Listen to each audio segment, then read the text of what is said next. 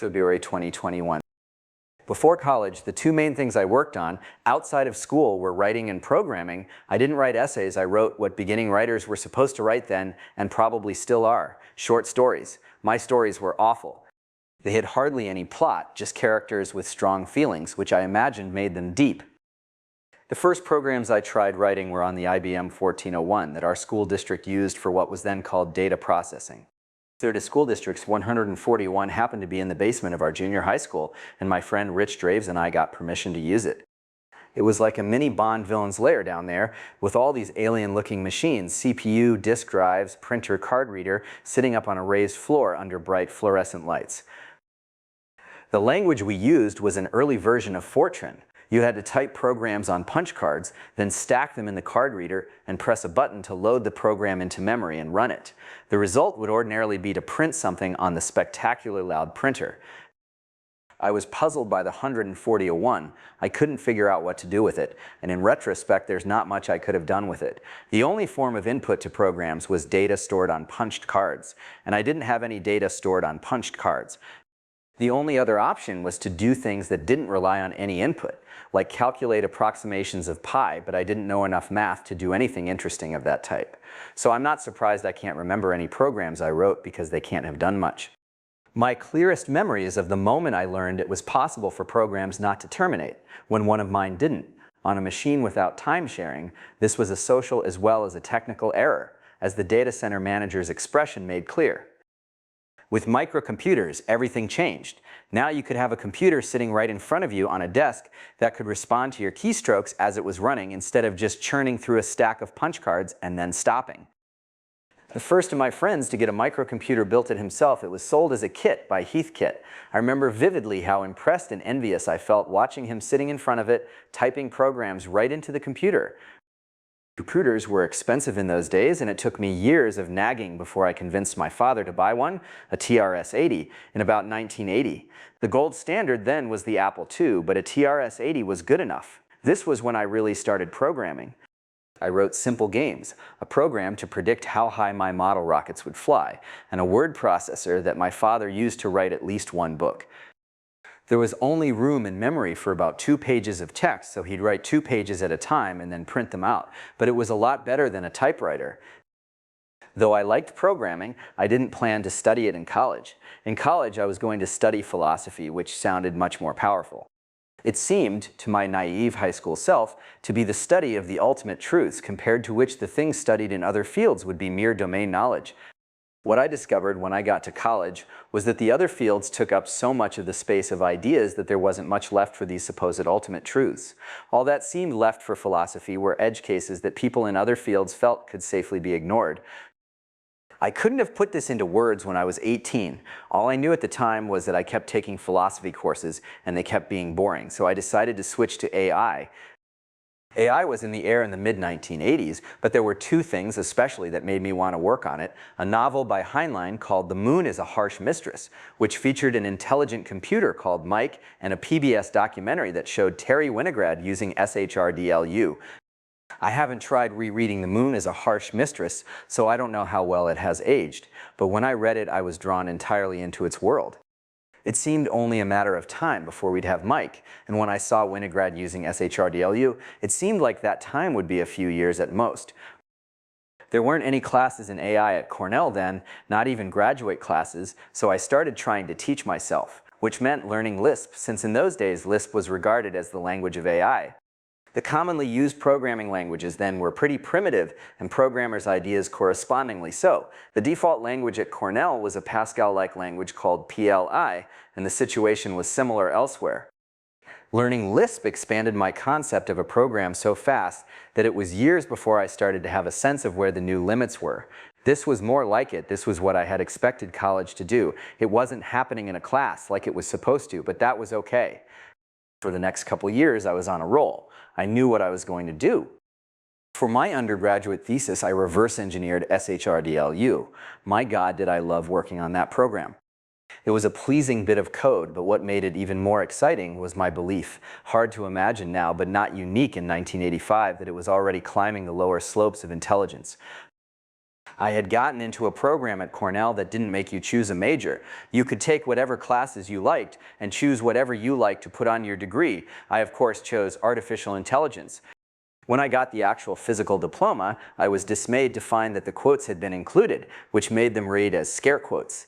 At the time, this bothered me, but now it seems amusingly accurate for reasons I was about to discover. I applied to 3 grad schools, MIT and Yale, which were renowned for AI at the time, and Harvard, which I'd visited because Rich Draves went there, and was also home to Bill Woods, who'd invented the type of parser I used in my SHRDLU clone. Only Harvard accepted me, so that was where I went. I don't remember the moment it happened, or if there even was a specific moment, but during the first year of grad school, I realized that AI, as practiced at the time, was a hoax. By which I mean the sort of AI in which a program that's told the dog is sitting on the chair translates this into some formal representation and adds it to the list of things it knows. What these programs really showed was that there's a subset of natural language that's a formal language, but a very proper subset. It was clear that there was an unbridgeable gap between what they could do and actually understanding natural language. It was not, in fact, simply a matter of teaching SHRDLU more words. That whole way of doing AI, its brokenness did, as so often happens, generate a lot of opportunities to write papers about various band-aids that could be applied to it, but it was never going to get us Mike. So I looked around to see what I could salvage from the wreckage of my plans, and there was Lisp. I knew from experience that Lisp was interesting for its own sake, and not just for its association with AI, even though that was the main reason people cared about it at the time. So I decided to focus on Lisp. In fact, I decided to write a book about Lisp hacking. It's scary to think how little I knew about Lisp hacking when I started writing that book. But there's nothing like writing a book about something to help you learn it. The book on Lisp wasn't published till 1993, but I wrote much of it in grad school. Computer science is an uneasy alliance between 2 halves, theory and systems. The theory people prove things, and the systems people build things. I wanted to build things. I had plenty of respect for theory, indeed, a sneaking suspicion that it was the more admirable of the 2 halves, but building things seemed so much more exciting. The problem with systems work, though, was that it didn't last. Any program you wrote today, no matter how good, would be obsolete in a couple decades at best. Now, people might mention your software in footnotes, but no one would actually use it. And indeed, it would seem very feeble work. Only people with a sense of the history of the field would even realize that, in its time, it had been good. There were some surplus Xerox dandelions floating around the computer lab at one point.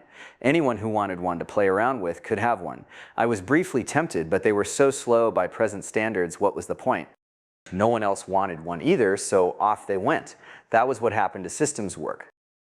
I wanted not just to build things, but to build things that would last. In this dissatisfied state, I went in 1988 to visit Rich Draves at CMU, where he was in grad school. One day I went to visit the Carnegie Institute, where I'd spent a lot of time as a kid. While looking at a painting there, I realized something that might seem obvious, but was a big surprise to me. There, right on the wall, was something you could make that would last. Paintings didn't become obsolete. Some of the best ones were hundreds of years old. And moreover, this was something you could make a living doing. Not as easily as you could by writing software, of course, but I thought if you were really industrious and lived really cheaply, it had to be possible to make enough to survive. And as an artist, you could be truly independent. You wouldn't have a boss or even need to get research funding. I had always liked looking at paintings. Could I make them? I had no idea. I'd never imagined it was even possible. I knew intellectually that people made art, that it didn't just appear spontaneously, but it was as if the people who made it were a different species. They either lived long ago or were mysterious geniuses doing strange things in profiles in Life magazine. The idea of actually being able to make art, to put that verb before that noun, seemed almost miraculous. That fall, I started taking art classes at Harvard. Grad students could take classes in any department, and my advisor, Tom Cheatham, was very easygoing. If he even knew about the strange classes I was taking, he never said anything. So now I was in a PhD program in computer science, yet planning to be an artist, yet also genuinely in love with Lisp hacking and working away on Lisp. In other words, like many a grad student, I was working energetically on multiple projects that were not my thesis. I didn't see a way out of this situation. I didn't want to drop out of grad school, but how else was I going to get out?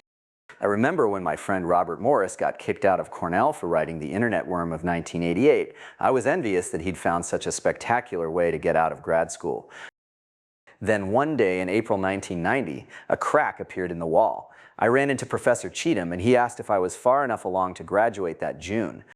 I didn't have a word of my dissertation written, but in what must have been the quickest bit of thinking in my life, I decided to take a shot at writing one in the 5 weeks or so that remained before the deadline, reusing parts of On Lisp where I could, and I was able to respond with no perceptible delay. I'll give you something to read in a few days. I picked applications of continuations as the topic. In retrospect, I should have written about macros and embedded languages. There's a whole world there that's barely been explored. But all I wanted was to get out of grad school, and my rapidly written dissertation sufficed, just barely. Meanwhile, I was applying to art schools. I applied to 2 RSD in the US and the Accademia dei Belli Arti in Florence, which, because it was the oldest art school, I imagined would be good. RSD accepted me, and I never heard back from the Accademia, so off to Providence I went. I'd applied for the BFA program at RSD, which meant in effect that I had to go to college again.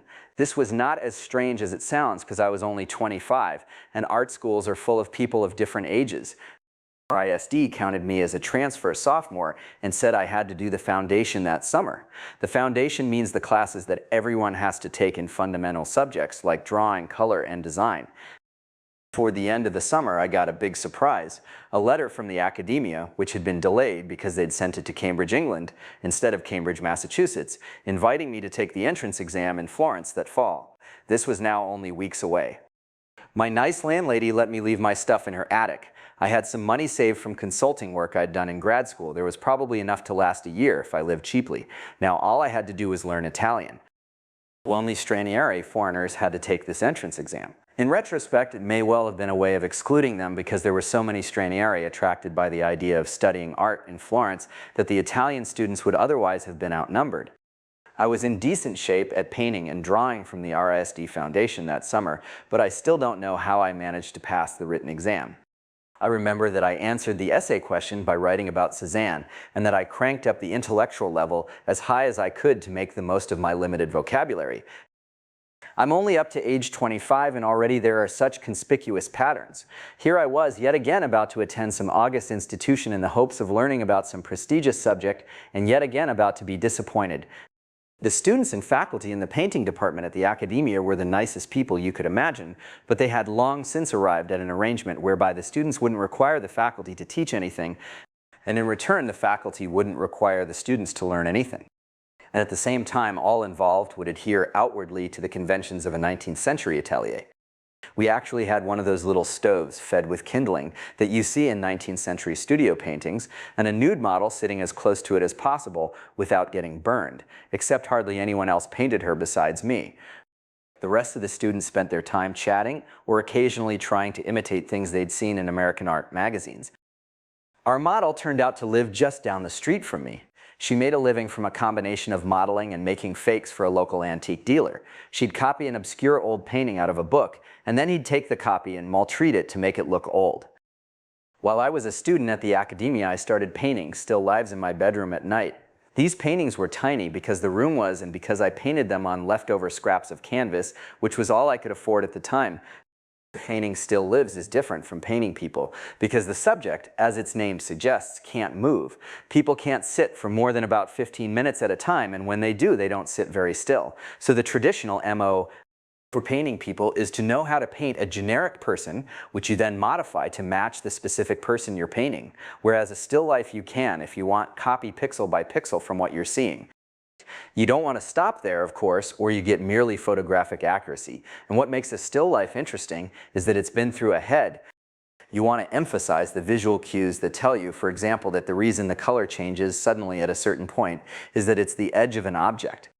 By subtly emphasizing such things, you can make paintings that are more realistic than photographs, not just in some metaphorical sense, but in the strict information theoretic sense. I liked painting still lives because I was curious about what I was seeing. In everyday life, we aren't consciously aware of much we're seeing.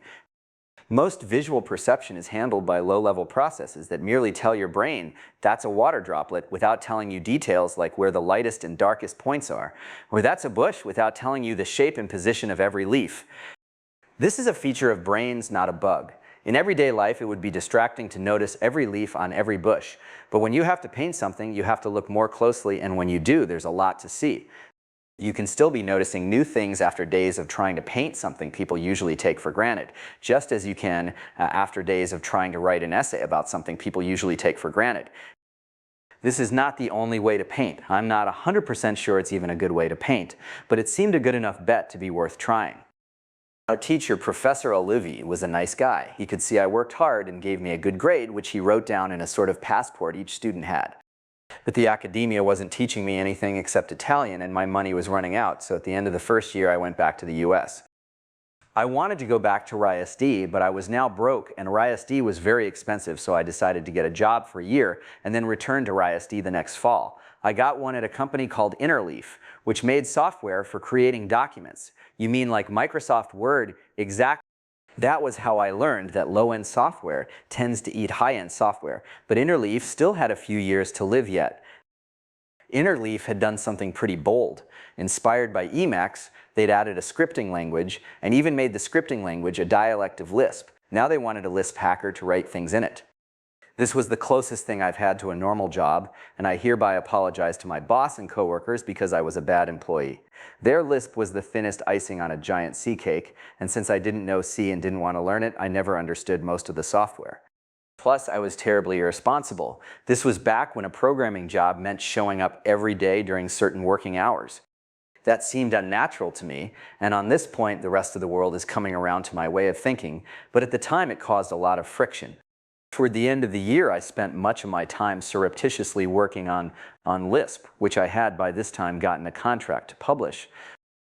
The good part was that I got paid huge amounts of money, especially by art student standards. In Florence, after paying my part of the rent, now I was getting paid more than 4 times that every hour, even when I was just sitting in a meeting. By living cheaply, I not only managed to save enough to go back to RISD, but also paid off my college loans. I learned some useful things at Interleaf, though they were mostly about what not to do.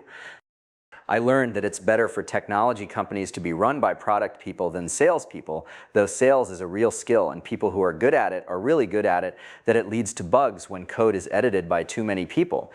That cheap office space is no bargain if it's depressing. That planned meetings are inferior to corridor conversations. That big bureaucratic customers are a dangerous source of money.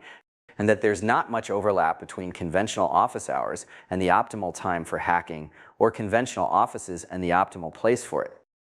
But the most important thing I learned, and which I used in both ViaWeb and Y Combinator, is that the low end eats the high end, that it's good to be the entry-level option, even though that will be less prestigious, because if you're not, someone else will be, and will squash you against the ceiling, which in turn means that prestige is a danger sign. When I left to go back to RISD the next fall, I arranged to do freelance work for the group that did projects for customers, and this was how I survived for the next several years. When I came back to visit for a project later on, someone told me about a new thing called HTML, which was, as he described it, a derivative of SGML. Markup language enthusiasts were an occupational hazard at Interleaf, and I ignored him, but this HTML thing later became a big part of my life. In the fall of 1992, I moved back to Providence to continue at RISD. The foundation had merely been intro stuff, and the academia had been a very civilized joke. Now I was going to see what real art school was like. But alas, it was more like the academia than not. Better organized, certainly, and a lot more expensive, but it was now becoming clear that art school did not bear the same relationship to art that medical school bore to medicine, at least not the painting department. The textile department, which my next-door neighbor belonged to, seemed to be pretty rigorous.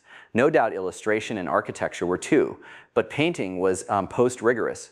Painting students were supposed to express themselves, which to the more worldly ones meant to try to cook up some sort of distinctive signature style. A signature style is the visual equivalent of what in show business is known as a shtick, something that immediately identifies the work as yours and no one else's. For example, when you see a painting that looks like a certain kind of cartoon, you know it's by Roy Lichtenstein. So if you see a big painting of this type hanging in the apartment of a hedge fund manager, you know he paid millions of dollars for it. That's not always why artists have a signature style, but it's usually why buyers pay a lot for such work. There were plenty of earnest students too, kids who could draw in high school, and now had come to what was supposed to be the best art school in the country to learn to draw even better. They tended to be confused and demoralized by what they found at RSD, but they kept going because painting was what they did. I was not one of the kids who could draw in high school, but at RSD I was definitely closer to their tribe than the tribe of signature style seekers. I learned a lot in the color class I took at RSD, but otherwise I was basically teaching myself to paint, and I could do that for free. So in 1993 I dropped out. I hung around Providence for a bit, and then my college friend Nancy Parmett did me a big favor. A rent-controlled apartment in a building her mother owned in New York was becoming vacant. Did I want it? It wasn't much more than my current place, and New York was supposed to be where the artists were. So yes, I wanted it. Asterix comics begin by zooming in on a tiny corner of Roman Gaul that turns out not to be controlled by the Romans. You can do something similar on a map of New York City. If you zoom in on the Upper East Side, there's a tiny corner that's not rich, or at least wasn't in 1993. It's called Yorkville, and that was my new home.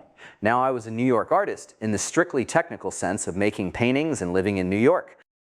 I was nervous about money because I could sense that Interleaf was on the way down. Freelance Lisp hacking work was very rare, and I didn't want to have to program in another language, which in those days would have meant C++ if I was lucky. So with my unerring nose for financial opportunity, I decided to write another book on Lisp. This would be a popular book, the sort of book that could be used as a textbook. I imagined myself living frugally off the royalties and spending all my time painting. The painting on the cover of this book, ANSI Common Lisp, is one that I painted around this time. The best thing about New York for me was the presence of Idel and Julian Weber. Idel Weber was a painter, one of the early photorealists, and I'd taken her painting class at Harvard. I've never known a teacher more beloved by her students. Large numbers of former students kept in touch with her, including me. After I moved to New York, I became her de facto studio assistant. She liked to paint on big square canvases, 4 to 5 feet on a side. One day in late 1994, as I was stretching one of these monsters, there was something on the radio about a famous fund manager. He wasn't that much older than me and was super rich. The thought suddenly occurred to me, why don't I become rich? Then I'll be able to work on whatever I want. Meanwhile, I'd been hearing more and more about this new thing called the World Wide Web. Robert Morris showed it to me when I visited him in Cambridge, where he was now in grad school at Harvard. It seemed to me that the web would be a big deal. I'd seen what graphical user interfaces had done for the popularity of microcomputers. It seemed like the web would do the same for the internet. If I wanted to get rich, here was the next train leaving the station. I was right about that part. What I got wrong was the idea. I decided we should start a company to put art galleries online. I can't honestly say, after reading so many Y Combinator applications, that this was the worst startup idea ever, but it was up there. Art galleries didn't want to be online, and still don't, not the fancy ones. That's not how they sell. I wrote some software to generate websites for galleries, and Robert wrote some to resize images and set up an HTTP server to serve the pages. Then we tried to sign up galleries. To call this a difficult sale would be an understatement. It was difficult to give away. A few galleries let us make sites for them for free, but none paid us. Then some online stores started to appear, and I realized that except for the order buttons, they were identical to the sites we'd been generating for galleries. This impressive-sounding thing called an intranet storefront was something we already knew how to build. So in the summer of 1995, after I submitted the camera-ready copy of ANSI Common Lisp to the publishers, we started trying to write software to build online stores. At first, this was going to be normal desktop software, which in those days meant Windows software. That was an alarming prospect because neither of us knew how to write Windows software or wanted to learn. We lived in the Unix world, but we decided we'd at least try writing a prototype store builder on Unix. Robert wrote a shopping cart, and I wrote a new site generator for stores in Lisp, of course. We were working out of Robert's apartment in Cambridge. His roommate was away for big chunks of time, during which I got to sleep in his room. For some reason, there was no bed frame or sheets, just a mattress on the floor. One morning as I was lying on this mattress, I had an idea that made me sit up like a capital L. What if we ran the software on the server and let users control it by clicking on links? Then we'd never have to write anything to run on users' computers. We could generate the sites on the same server we'd serve them from. Users wouldn't need anything more than a browser. This kind of software, known as a web app, is common now, but at the time it wasn't clear that it was even possible. To find out, we decided to try making a version of our store builder that you could control through the browser. A couple days later, on August 12, we had one that worked. The UI was horrible, but it proved you could build a whole store through the browser without any client software or typing anything into the command line on the server.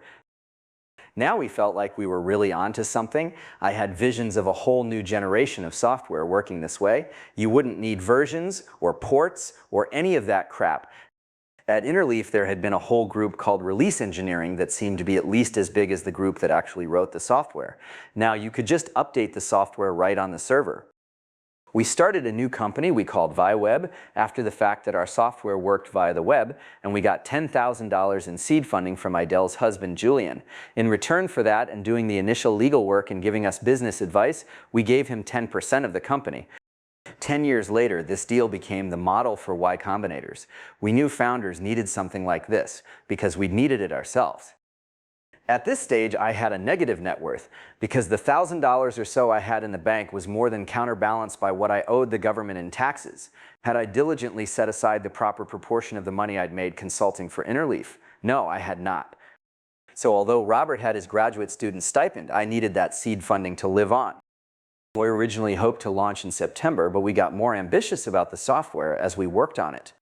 Eventually, we managed to build a YSWill site builder, in the sense that as you were creating pages, they looked exactly like the static ones that would be generated later, except that instead of leading to static pages, the links all referred to closures stored in a hash table on the server. It helped to have studied art, because the main goal of an online store builder is to make users look legit, and the key to looking legit is high production values. If you get page layouts and fonts and colors right, you can make a guy running a store out of his bedroom look more legit than a big company. If you're curious why my site looks so old-fashioned, it's because it's still made with this software. It may look clunky today, but in 1996 it was the last word in slick. In September, Robert rebelled. "We've been working on this for a month," he said, "and it's still not done." This is funny in retrospect, because he would still be working on it almost 3 years later. But I decided it might be prudent to recruit more programmers, and I asked Robert who else in grad school with him was really good. He recommended Trevor Blackwell, which surprised me at first, because at that point I knew Trevor mainly for his plan to reduce everything in his life to a stack of note cards, which he carried around with him, but RTM was right, as usual. Trevor turned out to be a frighteningly effective hacker.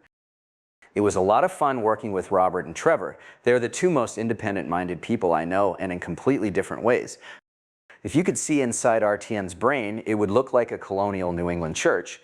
And if you could see inside Trevor's, we opened for business with 6 stores in January 1996. It was just as well we waited a few months, because although we worried we were late, we were actually almost fatally early.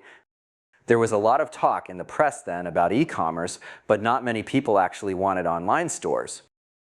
There were 3 main parts to the software: the editor, which people used to build sites in, which I wrote, the shopping cart, which Robert wrote, and the manager, which kept track of orders and statistics, and which Trevor wrote.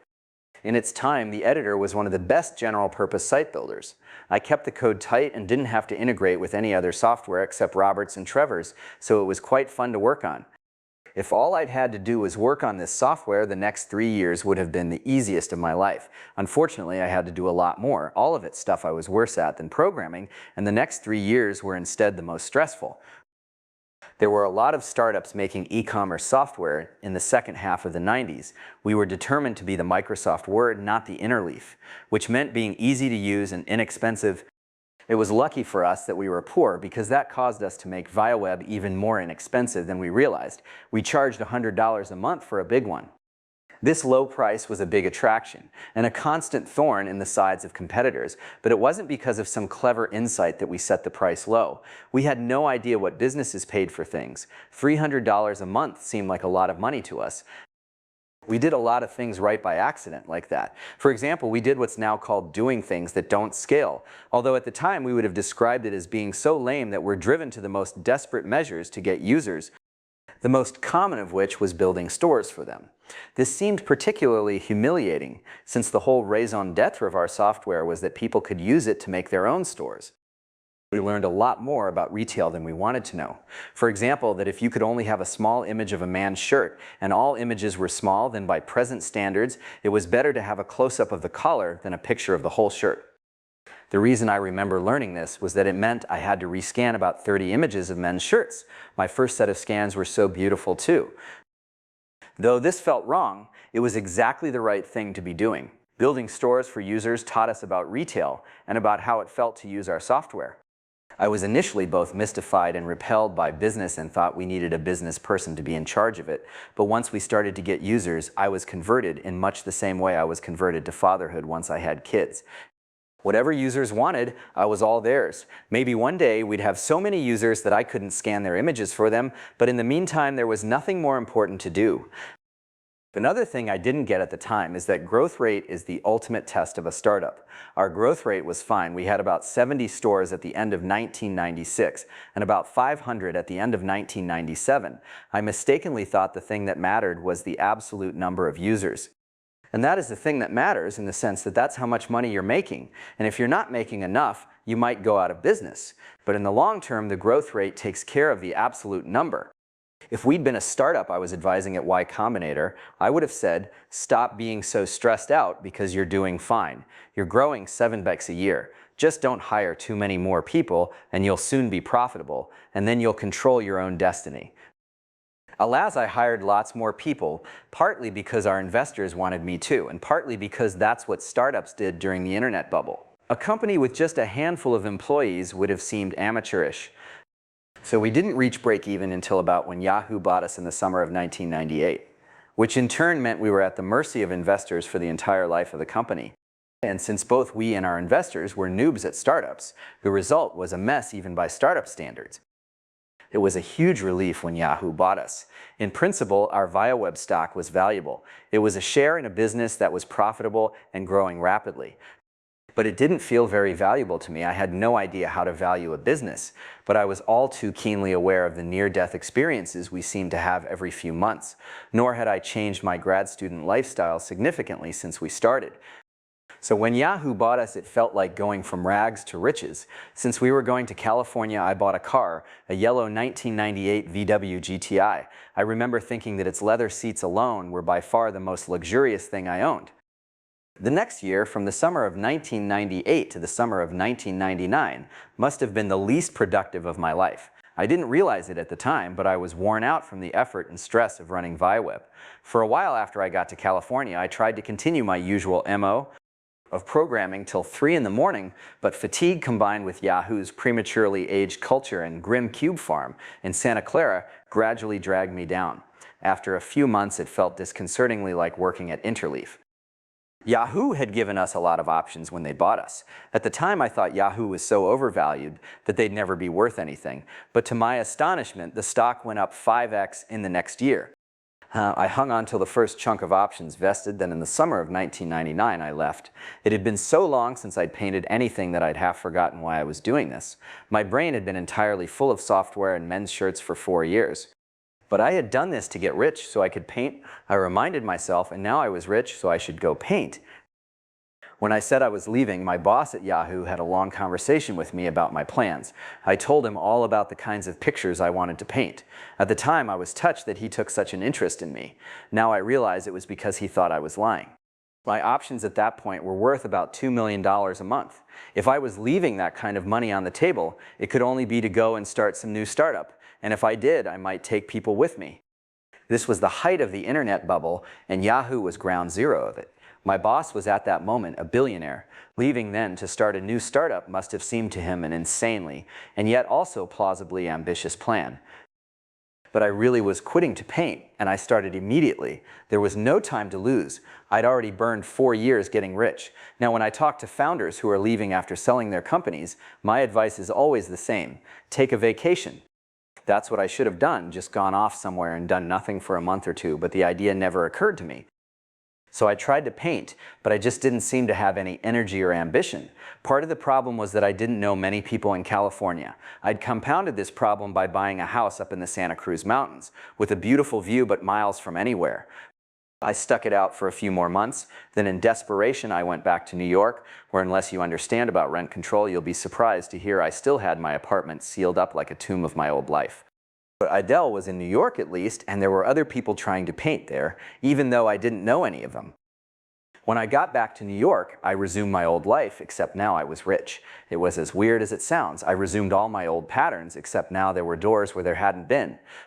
Now, when I was tired of walking, all I had to do was raise my hand, and unless it was raining, a taxi would stop to pick me up. Now, when I walked past charming little restaurants, I could go in and order lunch. It was exciting for a while. Painting started to go better. I experimented with a new kind of still life where I'd paint one painting in the old way, then photograph it and print it, blown up on canvas, and then use that as the underpainting for a second still life, painted from the same objects, which hopefully hadn't rotted yet. Meanwhile, I looked for an apartment to buy. Now I could actually choose what neighborhood to live in, where I asked myself and various real estate agents, is the Cambridge of New York? Aided by occasional visits to actual Cambridge, I gradually realized there wasn't one.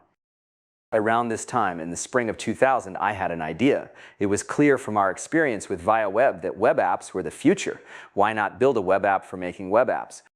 Why not let people edit code on our server through the browser and then host the resulting applications for them? You could run all sorts of services on the servers that these applications could use just by making an API call, making and receiving phone calls, manipulating images, taking credit card payments, etc. I got so excited about this idea that I couldn't think about anything else. It seemed obvious that this was the future. I didn't particularly want to start another company, but it was clear that this idea would have to be embodied as one, so I decided to move to Cambridge and start it. I hoped to lure Robert into working on it with me, but there I ran into a hitch. Robert was now a postdoc at MIT, and though he'd made a lot of money the last time I'd lured him into working on one of my schemes, it had also been a huge time sink. So while he agreed that it sounded like a plausible idea, he firmly refused to work on it. Well, I'd do it myself then. I recruited Dan Giffen, who had worked for Via Web, and 2 undergrads who wanted summer jobs, and we got to work trying to build what it's now clear is about 20 companies and several open source projects worth of software. The language for defining applications would of course be a dialect of Lisp, but I wasn't so naive as to assume I could spring an overt Lisp on a general audience. We'd hide the parentheses like Dylan did. By then, there was a name for the kind of company Via Web was, an application service provider, or ASP. This name didn't last long before it was replaced by software as a service, but it was current for long enough that I named this new company after it. It was going to be called Aspra. I started working on the application builder, Dan worked on network infrastructure, and the 2 undergrads worked on the first 2 services, images and phone calls. But about halfway through the summer, I realized I really didn't want to run a company, especially not a big one, which it was looking like this would have to be. I'd only started Via Web because I needed the money. Now that I didn't need money anymore, why was I doing this? If this vision had to be realized as a company, then screw the vision. I'd build a subset that could be done as an open source project. Much to my surprise, the time I spent working on this stuff was not wasted after all. After we started Y Combinator, I would often encounter startups working on parts of this new architecture, and it was very useful to have spent so much time thinking about it and even trying to write some of it. The subset I would build as an open source project was the new Lisp, whose parentheses I now wouldn't even have to hide. A lot of Lisp hackers dream of building a new Lisp, partly because one of the distinctive features of the language is that it has dialects, and partly I think because we have in our minds a Platonic form of Lisp that all existing dialects fall short of. I certainly did. So at the end of the summer, Dan and I switched to working on this new dialect of Lisp, which I called Arc, in a house I bought in Cambridge. The following spring, lightning struck. I was invited to give a talk at a Lisp conference, so I gave one about how we'd used Lisp at Via Web. Afterward, I put a PostScript file of this talk online on paulgraham.com, which I'd created years before using Via Web but had never used for anything. In one day, it got 30,000 page views. What on earth had happened? The referring URLs showed that someone had posted it on /dot.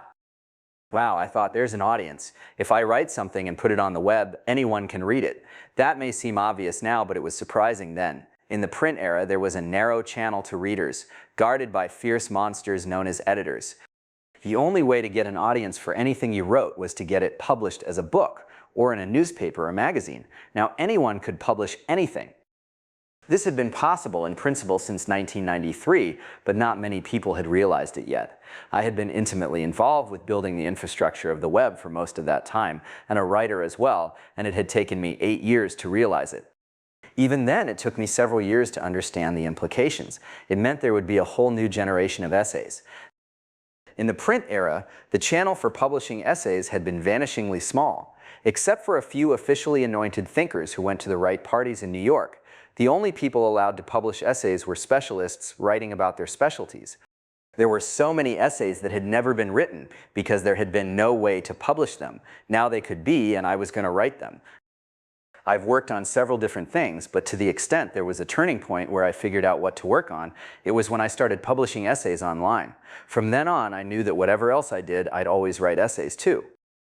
I knew that online essays would be a marginal medium at first. Socially, they'd seem more like rants posted by nutjobs on their GeoCities sites than the genteel and beautifully typeset compositions published in the New Yorker.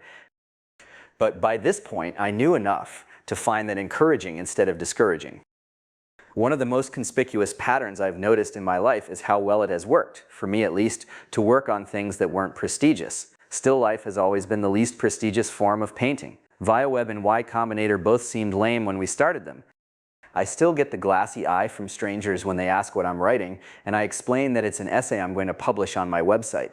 Even Lisp, though prestigious intellectually in something like the way Latin is, also seems about as hip. It's not that unprestigious types of work are good per se, but when you find yourself drawn to some kind of work despite its current lack of prestige, it's a sign both that there's something real to be discovered there and that you have the right kind of motives. You know, pure motives are a big danger for the ambitious. If anything is going to lead you astray, it will be the desire to impress people. So while working on things that aren't prestigious doesn't guarantee you're on the right track, it at least guarantees you're not on the most common type of wrong one.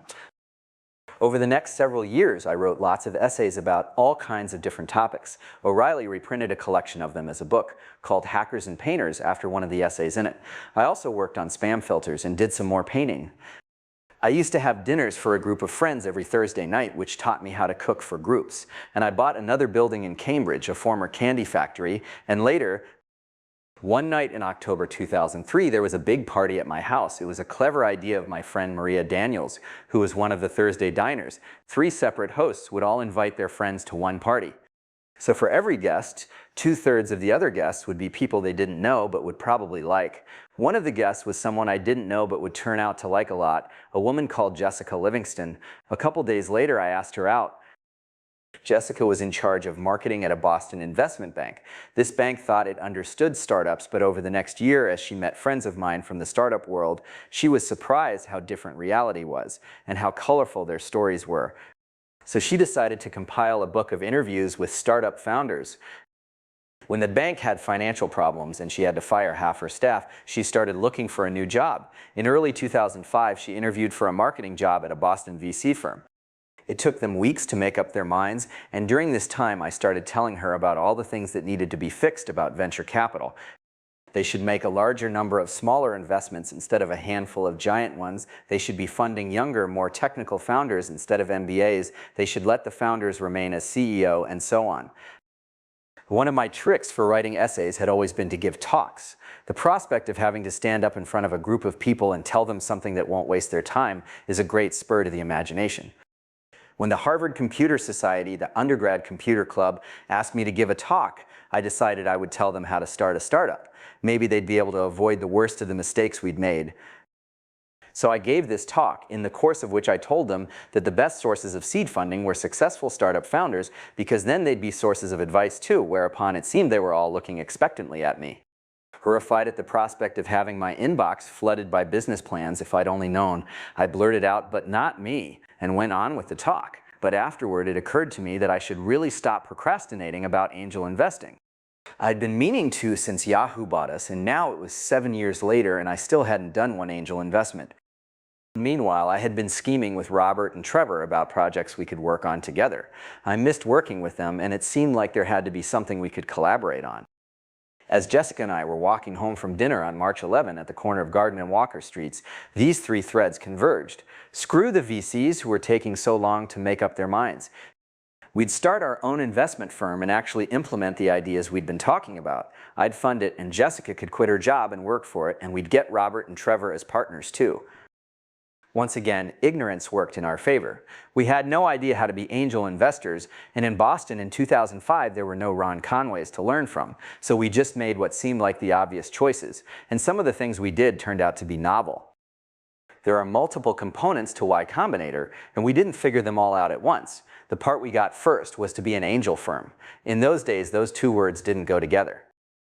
There were VC firms, which were organized companies with people whose job it was to make investments, but they only did big million-dollar investments.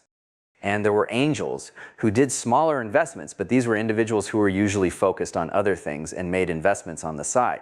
And neither of them helped founders enough in the beginning. We knew how helpless founders were in some respects because we remembered how helpless we'd been. For example, one thing Julian had done for us that seemed to us like magic was to get us set up as a company. We were fine writing fairly difficult software, but actually getting incorporated with bylaws and stock and all that stuff, how on earth did you do that? Our plan was not only to make seed investments, but to do for startups everything Julian had done for us. YC was not organized as a fund. It was cheap enough to run that we funded it with our own money. That went right by 99% of readers, but professional investors are thinking, wow, that means they got all the returns. But once again, this was not due to any particular insight on our part. We didn't know how VC firms were organized. It never occurred to us to try to raise a fund, and if it had, we wouldn't have known where to start. The most distinctive thing about YC is the batch model, to fund a bunch of startups all at once, twice a year, and then to spend 3 months focusing intensively on trying to help them. That part we discovered by accident, not merely implicitly, but explicitly due to our ignorance about investing. We needed to get experience as investors. What better way, we thought, than to fund a whole bunch of startups at once? We knew undergrads got temporary jobs at tech companies during the summer. Why not organize a summer program where they'd start startups instead? We wouldn't feel guilty for being, in a sense, fake investors because they would, in a similar sense, be fake founders. So while we probably wouldn't make much money out of it, we'd at least get to practice being investors on them, and they, for their part, would probably have a more interesting summer than they would working at Microsoft. We'd use the building I owned in Cambridge as our headquarters. We'd all have dinner there once a week on Tuesdays since I was already cooking for the Thursday diners on Thursdays. And after dinner, we'd bring in experts on startups to give talks. We knew undergrads were deciding then about summer jobs, so in a matter of days we cooked up something we called the Summer Founders Program, and I posted an announcement on my site inviting undergrads to apply. I had never imagined that writing essays would be a way to get deal flow, as investors call it, but it turned out to be the perfect source. We got 225 applications for the Summer Founders Program, and we were surprised to find that a lot of them were from people who'd already graduated or were about to that spring. Already this SFP thing was starting to feel more serious than we'd intended. We invited about 20 of the 25 groups to interview in person, and from those we picked 8 to fund. They were an impressive group. That first batch included Reddit, Justin Kan and Emmett Shear, who went on to found Twitch, Aaron Swartz, who had already helped write the RSS spec and would a few years later become a martyr for open access, and Sam Altman, who would later become the second president of YC. I don't think it was entirely luck that the first batch was so good. You had to be pretty bold to sign up for a weird thing like the Summer Founders Program instead of a summer job at a legit place like Microsoft or Goldman Sachs. The deal for startups was based on a combination of the deal we did with Julian, 10K for 10%, and what Robert said MIT grad students got for the summer, 6K. We invested 6K per founder, which in the typical 2-founder case was 12K. That had to be fair because it was twice as good as the deal we ourselves had taken. Plus that first summer, which was really hot, Jessica brought the founders free air conditioners. Fairly quickly, I realized that we had stumbled upon the way to scale startup funding. Funding startups in batches was more convenient for us because it meant we could do things for a lot of startups at once, but being part of a batch was better for the startups too. It solved one of the biggest problems faced by founders, the isolation. Now you not only had colleagues, but colleagues who understood the problems you were facing and could tell you how they were solving them. As YC grew, we started to notice other advantages of scale. The alumni became a tight community dedicated to helping one another, and especially the current batch, whose shoes they remembered being in. We also noticed that the startups were becoming one another's customers. We used to refer jokingly to the YC GDP, but as YC grows, this becomes less and less of a joke. Now lots of startups get their initial set of customers almost entirely from among their batchmates. I had not originally intended YC to be a full-time job. I was going to do 3 things: hack, write essays, and work on YC. As YC grew and I grew more excited about it, it started to take up a lot more than 1/3 of my attention. But for the first few years, I was still able to work on other things. In the summer of 2006, Robert and I started working on a new version of Arc. This one was reasonably fast because it was compiled into Scheme. To test this new Arc, I wrote Hacker News in it. It was originally meant to be a news aggregator for startup founders and was called Startup News, but after a few months I got tired of reading about nothing but startups. Plus it wasn't startup founders we wanted to reach. It was future startup founders. So I changed the name to Hacker News and the topic to whatever engaged one's intellectual curiosity. HN was no doubt good for YC, but it was also by far the biggest source of stress for me. If all I'd had to do was select and help founders, life would have been so easy. And that implies that HN was a mistake. Surely the biggest source of stress in one's work should at least be something close to the core of the work, whereas I was like someone who was in pain while running a marathon, not from the exertion of running, but because I had a blister from an ill-fitting shoe. When I was dealing with some urgent problem during YC, there was about a 60% chance it had to do with HN and a 40% chance it had to do with everything else combined. As well as HN, I wrote all of YC's internal software in Arc, but while I continued to work a good deal in Arc, I gradually stopped working on Arc, partly because I didn't have time to, and partly because it was a lot less attractive to mess around with the language now that we had all this infrastructure depending on it. So now my 3 projects were reduced to 2, writing essays and working on YC. YC was different from other kinds of work I've done. Instead of deciding for myself what to work on, the problems came to me. Every 6 months there was a new batch of startups, and their problems, whatever they were, became our problems. It was very engaging work because their problems were quite varied, and the good founders were very effective. If you were trying to learn the most you could about startups in the shortest possible time, you couldn't have picked a better way to do it. There were parts of the job I didn't like, disputes between co-founders, figuring out when people were lying to us, fighting with people who maltreated the startups, and so on, but I worked hard even at the parts I didn't like. I was haunted by something Kevin Hale once said about companies: no one works harder than the boss. I wanted YC to be good, so if how hard I worked set the upper bound on how hard everyone else worked, I'd better work very hard. One day in 2010, when he was visiting California for interviews, Robert Morris did something astonishing. He offered me unsolicited advice. I can only remember him doing that once before.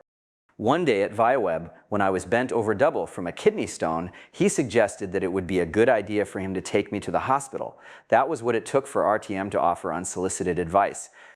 You know, he said, you should make sure Y Combinator isn't the last cool thing you do. At the time I didn't understand what he meant, but gradually it dawned on me that he was saying I should quit. This seemed strange advice because YC was doing great, but if there was one thing rarer than RTM offering advice, it was RTM being wrong. So this set me thinking. It was true that on my current trajectory, YC would be the last thing I did because it was only taking up more of my attention. It had already eaten Arc and was in the process of eating essays too. Either YC was my life's work or I'd have to leave eventually. I mean, it wasn't, so I would. In the summer of 2012, my mother had a stroke, and the cause turned out to be a blood clot caused by colon cancer. The stroke destroyed her balance and she was put in a nursing home, but she really wanted to get out of it and back to her house, and my sister and I were determined to help her do it. I used to fly up to Oregon to visit her regularly, and I had a lot of time to think on those flights. On one of them, I realized I was ready to hand YC over to someone else. I asked Jessica if she wanted to be president, but she didn't, so we decided we'd try to recruit Sam Altman. We talked to Robert and Trevor, and we agreed to make it a complete changing of the guard. Up till that point, YC had been controlled by the original LLC we four had started, but we wanted YC to last for a long time, and to do that, it couldn't be controlled by the founders. So if Sam said yes, we'd let him reorganize YC. Robert and I would retire, and Jessica and Trevor would become ordinary partners. When we asked Sam if he wanted to be president of YC, initially he said no. He wanted to start a startup to make nuclear reactors, but I kept at it, and in October 2013 he finally agreed. We decided he'd take over starting with the winter 2014 batch. For the rest of 2013, I left running YC more and more to Sam, partly so he could learn the job, and partly because I was focused on my mother, whose cancer had returned. She died on January 15, 2014. We knew this was coming, but it was still hard when it did. I kept working on YC till March to help get that batch of startups through Demo Day, then I checked out pretty completely. I still talk to alumni and to new startups working on things I'm interested in, but that only takes a few hours a week. What should I do next? RTM's advice hadn't included anything about that. I wanted to do something completely different, so I decided I'd paint. I wanted to see how good I could get if I really focused on it. So the day after I stopped working on YC, I started painting. I was rusty and it took a while to get back into shape, but it was at least completely engaging. And I spent most of the rest of 2014 painting. I'd never been able to work so uninterruptedly before, and I got to be better than I had been. Not good enough. Up till that point, I'd always been curious to see how the painting I was working on would turn out, but suddenly finishing this one seemed like a chore. So I stopped working on it and cleaned my brushes and haven't painted since. I realize that sounds rather wimpy, but attention is a zero-sum game. If you can choose what to work on, and you choose a project that's not the best one, or at least a good one for you, then it's getting in the way of another project that is. And at 50, there was some opportunity cost to screwing around. I started writing essays again and wrote a bunch of new ones over the next few months. I even wrote a couple that weren't about startups. Then in March 2015, I started working on Lisp again. The distinctive thing about Lisp is that its core is a language defined by writing an interpreter in itself. It wasn't originally intended as a programming language in the ordinary sense. It was meant to be a formal model of computation, an alternative to the Turing machine. If you want to write an interpreter for a language in itself, what's the minimum set of predefined operators you need? The Lisp that John McCarthy invented, or more accurately discovered, is an answer to that question. McCarthy didn't realize this Lisp could even be used to program computers till his grad student Steve Russell suggested it. Russell translated McCarthy's interpreter into IBM's 704 machine language, and from that point, Lisp started also to be a programming language in the ordinary sense, but its origins as a model of computation gave it a power and elegance that other languages couldn't match. It was this that attracted me in college, though I didn't understand why at the time. McCarthy's 1960 Lisp did nothing more than interpret Lisp expressions. It was missing a lot of things you'd want in a programming language. So these had to be added, and when they weren't defined using McCarthy's original axiomatic approach. That wouldn't have been feasible at the time. McCarthy tested his interpreter by hand simulating the execution of programs, but it was already getting close to the limit of interpreters you could test that way. Indeed, there was a bug in it that McCarthy had overlooked. To test a more complicated interpreter, you'd have had to run it, and computers then weren't powerful enough. Now they are, though. Now you could continue using McCarthy's axiomatic approach till you defined a complete programming language. And as long as every change you made to McCarthy's Lisp was a discoveredness-preserving transformation, you could in principle end up with a complete language that had this quality. Harder to do than to talk about, of course, but if it was possible in principle, why not try? So I decided to take a shot at it. It took 4 years, from March 26, 2015 to October 12, 2019. It was fortunate that I had a precisely defined goal, or it would have been hard to keep at it for so long. I wrote this new Lisp called Bell in itself in Arc. That may sound like a contradiction, but it's an indication of the sort of trickery I had to engage in to make this work. By means of an egregious collection of hacks, I managed to make something close enough to an interpreter written in itself that could actually run. Not fast, but fast enough to test. I had to ban myself from writing essays during most of this time, or I'd never have finished. In late 2015, I spent 3 months writing essays, and when I went back to working on Bell, I could barely understand the code.